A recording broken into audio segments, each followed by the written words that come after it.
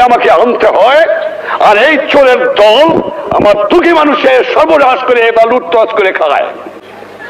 এই জন্য জীবনের যৌবন নষ্ট করি নাই, এই জন্য শহীদরা রক্ত দিয়ে যায় নাই যে কয়েকটা চোরাকার বাড়ি মুনাফাখোর ঘুষখোর দেশের সম্পদ বাইরে বাইরে করে দিয়ে আসে, জিনিসের দাম গুদাম করে মানুষকে না খাওয়া মারে। উৎখাত করতে হবে বাংলার বুকের থেকে এদের। টাকা নাই, পয়সা নাই, চাল নাই, ডাল নাই, রাস্তা নাই, রেলওয়ে ভেঙে দিয়ে গেছে। আপনারা ভালো করে কাজ করেন, ঘুষ খাওয়াটা বন্ধ করেন, দুর্নীতি বন্ধ করেন। দেশে অন্ধ অন্ধ দুর্নীতি ভরে গেছে। আমি আশ্চর্য হয়ে যাই, যাও ভিক্ষা করে আনি, তাও চাটার গুষ্টি চাইতে খেয়ে ফেলা দেয়, আমার গরিব পায় না। এত চোরের চোর, চোর থেকে যে পয়দা হয়েছে আমি জানি না। পাকিস্তানের সব নিয়ে গেছে, কিন্তু এই চোর টুক ফিরে গেছে আমার কাছে।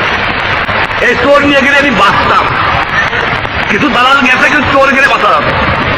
শতকরা 20 জন লোক শিক্ষিত, আমরা শতকরা 20 জন, তার মধ্যে শতকরা 5 জন লোক আমরা বলতে পারি আমরা শিক্ষিত।